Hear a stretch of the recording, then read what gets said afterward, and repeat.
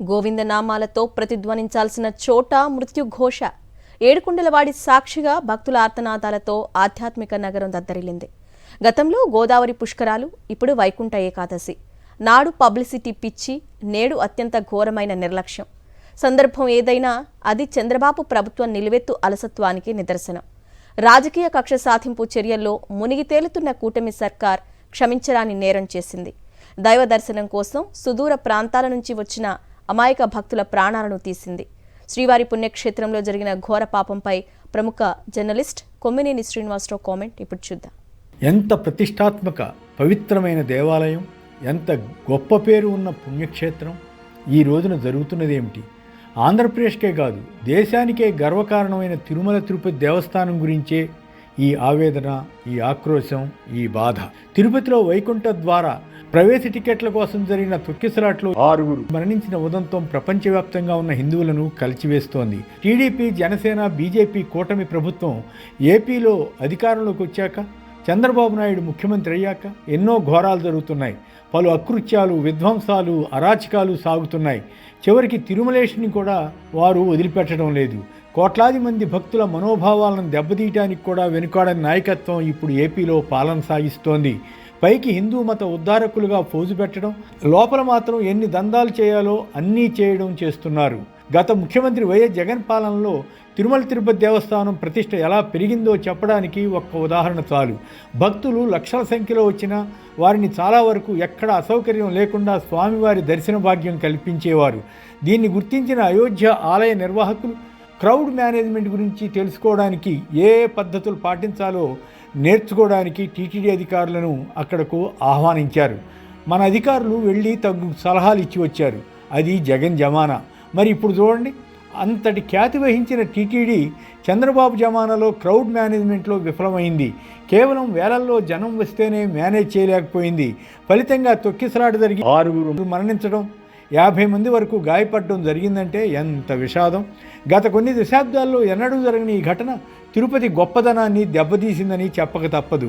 జగన్ ప్రభుత్వ ఆధ్వర్యంలో టీటీడీ ఎంతో పవిత్రంగా తిరుమలను పరిరక్షించడానికి, భక్తులకు అవసరమైన సదుపాయాలు కల్పించడానికి, పలు సంస్కరణలు తేవడానికి విశేష కృషి చేసింది.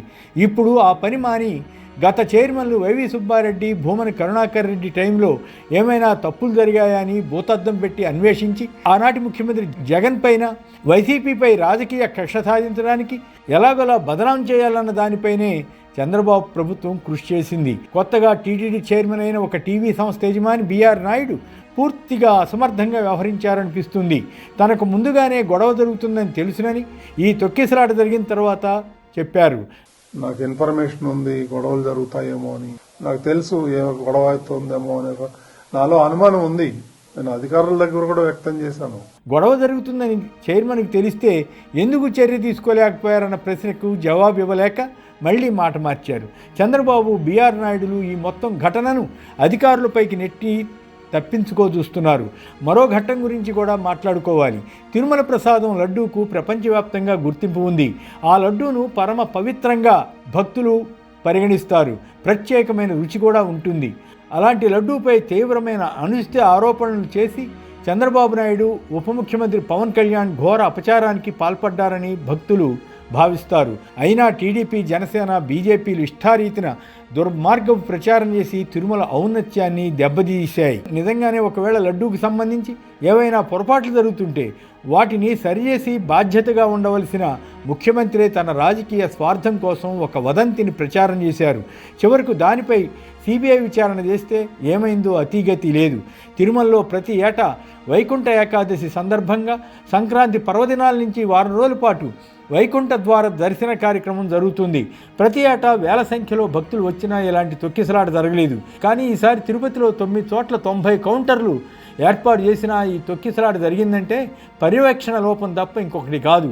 కారణం ఏమైనా బైరాగి పట్టెడు అనే చోట సడన్గా గేటు తెరవడంతో టికెట్లు ఇస్తున్నారనుకున్న భక్తులు ఒక్కసారిగా తోసుకువచ్చారు. అక్కడ తోపులాట లేకుండా ఉండే విధంగా ముందుగానే అధికారులు చర్య తీసుకోలేదన్నమాట. ఉదయం నుంచి టోకెన్లు ఇస్తామని పెద్ద ఎత్తున ప్రచారం చేయడంతో బుధవారం మధ్యాహ్నమే తెలుగు రాష్ట్రాలతో పాటు తమిళనాడు, కర్ణాటక, మొదలైన రాష్ట్రాల నుంచి కూడా భక్తులు తరలి వచ్చారు. ఆ విషయాన్ని అధికారులు గమనించి కూడా ఎలా వారిని నియంత్రించాలన్న దానిపై దృష్టి పెట్టలేదు. అందరినీ ఒక పార్కులో పెట్టి వారికి సరైన సదుపాయాలు కూడా కల్పించలేకపోయారు. కనీసం మంచినీటికి కూడా గతి లేకుండా పోయిందట. మరో 2 చోట్ల కూడా తొక్కిసలాటలు జరిగాయి. ఇలాంటి వాటిపై కదా టీటీడీ చైర్మన్, పాలక మండలి, ఉన్నతాధికారులు దృష్టి పెట్టవలసింది. గతంలో సమర్థంగా పనిచేసిన అధికారులపై వైసీపీ ముద్ర వేసి వారిని తొలగించి తమ అంతేవాసులను నియమించుకున్నారు. తిరుపతిలో రెడ్ బుక్ రాజ్యాంగం అమలు చేయడం కోసం ఒక పోలీస్ అధికారిని ప్రత్యేకంగా పోస్ట్ చేశారట. వారు ఆ పనిలో ఉంటారు, కానీ ప్రజల అవసరాలను, శాంతి భద్రతలను ఎందుకు పట్టించుకుంటారు? పైరవీ చేసుకుని టీటీడీ చైర్మన్ అయిన బిఆర్ నాయుడుకు అసలు ఇలాంటి విషయాల్లో ఏమి అనుభవం ఉంది?